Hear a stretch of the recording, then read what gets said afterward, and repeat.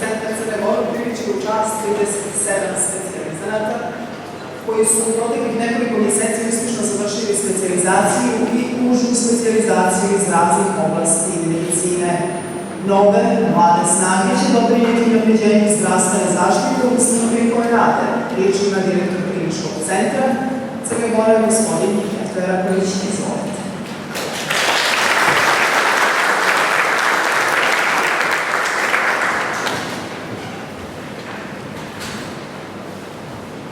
Poštovani ministar Trapoviću, draga ministar Tomljanović, direktore fonda Čirviću, dekan Medicinskog fakulteta Radunoviću, drage koleginice i kolege.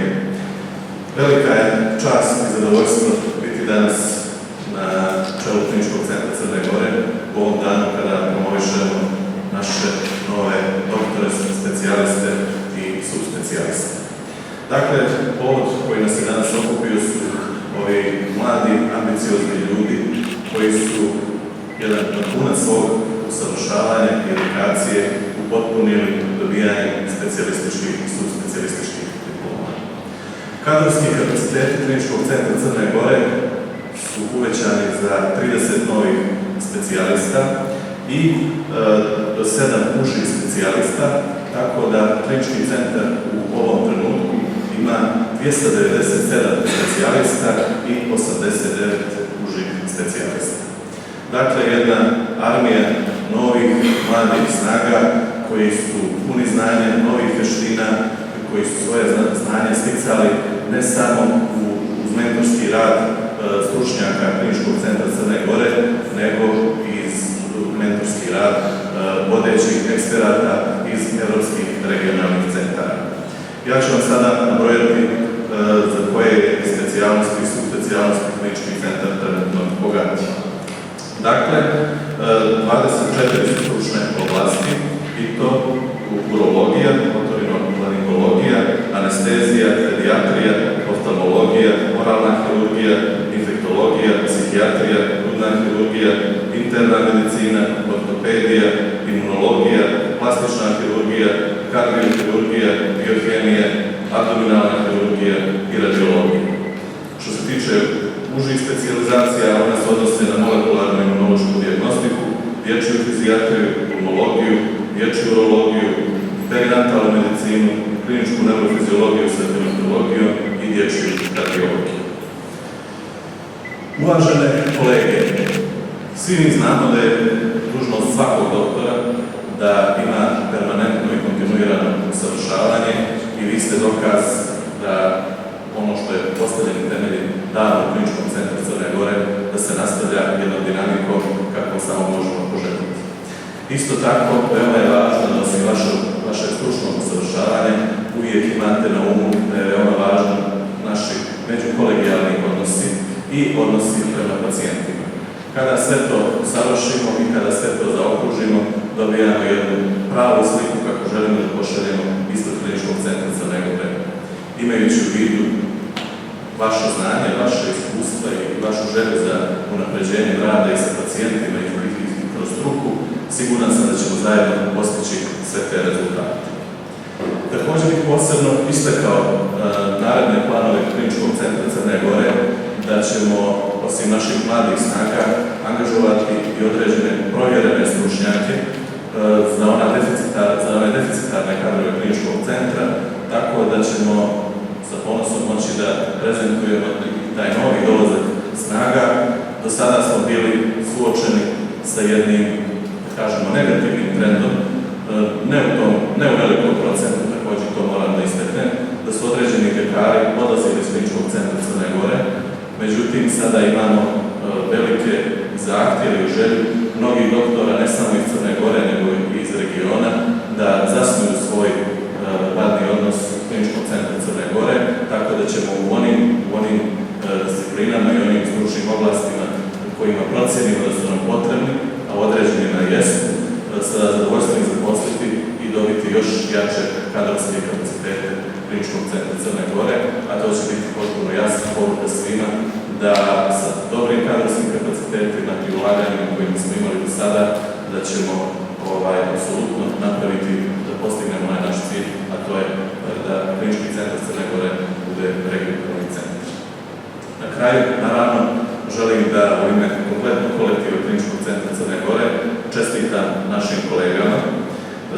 istaknem da nam je posebna čast što su dio našeg kolektiva, siguran da ćemo sa njima dobiti još jedan značajan kvalitet i jednu radost na našem budućem zajedničkom radu. Ja vam se zahvaljujem i još jednom vam čestitam.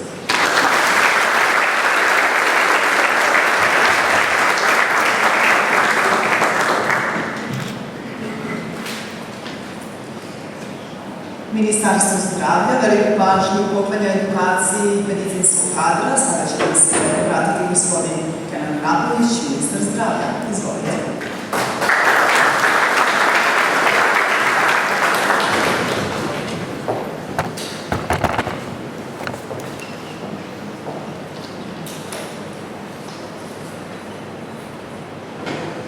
Uvaženi direktor Heraković, poštovani ljekari, uvažena kolegica Damjanović i dragi kolege. Danas je jedan od onih dana kada je lijepo biti na čelu zdravstvenog sistema.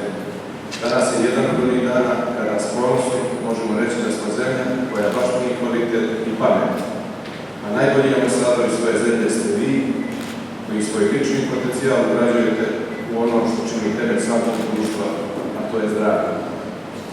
Kako zdravlje nema alternativu, kako sve pobjede i uspjesi ne znače ništa, kada zdravlje napusti naše domove, onda bi svima trebalo da bude jasno kolika je i kakva važnost profesije kojoj ste odlučili da posvetite život, koliko su važni sati, dani i godine, tačnije cijeloživotno učenje na koje ste se zarekli u konačno koliko ste važni vi. Država je jasno orijentisana na zaštitu zdravlja stanovništva kao prioritetu koji nema alternativu. Da je tako, potvrda je i vaš angažman koji slijedi nakon edukacije, a za šta su iz državnog budžeta opredeljena značajna sredstva. Tako će biti i u budući. Vi ste armija koja od danas daje dodatnu snagu najvećoj zdravstvenoj ustanovi u Crnoj Gori. Imali smo i imat ćemo sluha za svaki zahtjev koji zdravstvene ustanove upute Ministarstva zdravlja, a tiče se dodjele specijalizacija i subspecijalizacija ljekarima koji žele da se usavršavaju i ljekarima koji su spremni da ojačaju sistem zdravstvene zaštite u svojoj zemlji. Trenutno se na specijalističkom usavršavanju nalazi oko 400 doktora medicine, a na subspecijalističkom 54 ljekara. I ovo je naša snaga i ovi ljudi su osnovni potencijal sistema zdravstva. Jasno i neposredstvenim opredeljenjem vlade Crne Gore na edukaciji i ulaganju u kadar pokazujemo kako vlada vrednuje najhumaniju među svih profesijama, a sami i njene protagoniste, tačnije vas. Od 2012. godine našim ljekarima dodijeljeno je oko 600 specijalizacija, a u istom periodu upošljeno i oko 1000 medicinskih sestara, što je doprinos države u prepoznavanju potreba crnogorskog zdravstvenog sistema. To je zapravo 1600 novih radnih mjesta u sistemu, što nas čini najvećom fabrikom koja proizvodi zdravlje. Dakle, mi stvaramo proizvod, mi nismo potrošači. I dalje ćemo ulagati u vas. Prepoznajte sebe u nekoj užoj oblasti. Ostvarite svoj san na dobrobit pacijenata i vas lično. Dragi ljekari, nikada nemojte prestati da učite. Nikada nemojte prestati da postavljate pitanja. Nikada ne zaboravite da su medicina i umjetnost nauke, da su doktori i umjetnici naučnici koji donose u svoj odnos sa pacijentima ne samo tehnologiju i znanje, već prije svega humanost, pažnju i brigu. Spremite se da budete odgovorni za sve što radite. Budite spremni da uključite pacijenta u proces donošenja odluka o njihovom liječenju. Budite spremni na utrošak svoje profesionalne energije ne samo radi zadovoljenja potrebe pacijenata, već i na suočavanje sa ograničenim financijskim resursima u zdravstvu.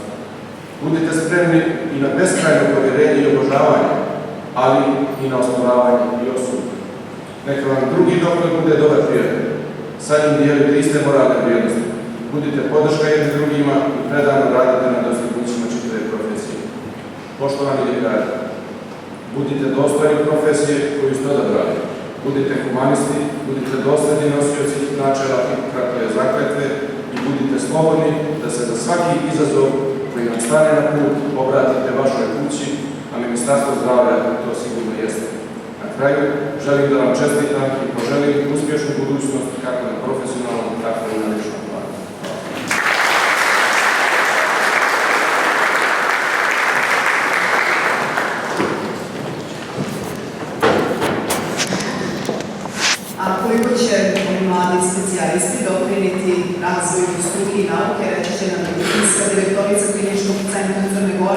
profesor dr. Marina Ratković, profesorica Ratković, izvolite.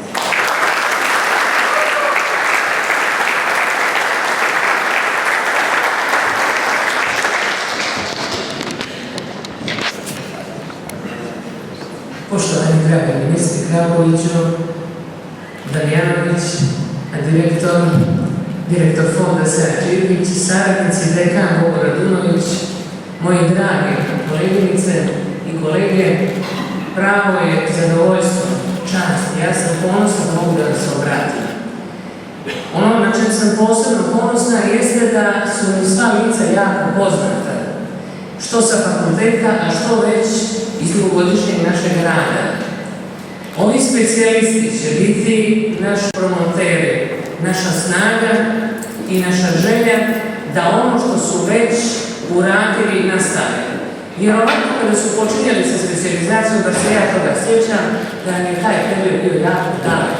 I činilo nam se da nikada neće doći to vrijeme i mislim i posebno moram da akcentiram na specijaliste da je to jedan trenutak odgovora prema samom sebi, da je to jedan od najtežih ispita koji polažemo u okviru medicine. Sve ostalo se podrazumijeva, ide i čini jedan dubiozan rad. Ja se nadam da ćemo mimo jednog našeg doktora koji je završio doktorske studije na jednom prestižnom univerzitetu, kao što znate, Harvard, svi poznajemo, već sad nosi sa velikim ponosom i značku tog univerziteta, da i to naglasimo i nadam se da će to biti otvorena vrata za mnoge druge koji su već pokazali svoje vrhunsko znanje i sa najboljim ocjenama završili. Ja se nadam, kako je rekao ministar Krapović, da smo mi i otvorena škola i otvorena vrata i da u neposrednom kontaktu bez formalnosti se nudimo i tražimo da i dalje nastavite, a da ovo samo formalni dobitak i želja naša da ovaj dan vi pamtite kao lijepi dan jeste upravo što po prvi put i ustanovljujemo ovako i predaju ovakvih nagrada koji će nam, kako to izgleduje, direktor kuće poručiti. Hvala vam još jedan.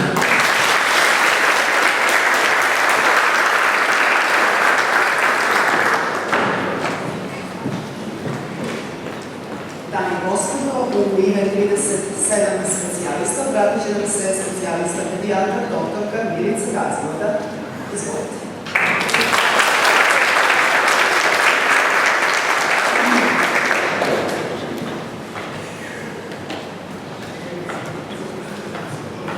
Dobar dan, uvaženi prisutni. Hvala mi je čast da se obratim ispred novih specijalista Kliničkog centra Crne Gore i prije svega ispred Instituta za bolesti djece. Čestitala bih kolegama stečena zvanja i pozdravila bih još jednom sve prisutne. Prije svega mislim da je ovo jedan veliki lični uspjeh svakog od nas pojedinačno koji je rezultat dugogodišnjeg školovanja, zalaganja i dosljednosti, ali svakako da jeste i treba da bude prepoznat kao jedan opći društveni uspjeh i mislim da smo zbog toga danas ovdje i zahvaljujem se na upriličenoj svečanosti. S jednim novim teretom odgovornosti nastavljamo dalje, trudeći se i sa željom u stvari da opravdamo ta očekivanja i epitete kadrovskog kapitala i akademskog potencijala, ali svakako i da nekim shod tome budućem priključimo i doprinesemo u boljitku zdravstvenog sistema. Svakako da mislim da nije dovoljan samo individualan angažman za to, već jedna sistemska podrška i razumijevanje koju se nadam da ćemo dobiti. I eto da ne dužim, za kraj bih poručila kolegama da mislim da treba da se trudimo zajedničkim snagama, da sačuvamo dostojanstvo naše profesije, a to možemo gradeći jedan autoritet za pokrićem, svojim znanjem, pristojnošću, posvećenošću, empatijom i kolegijalnošću, naravno. Hvala vam.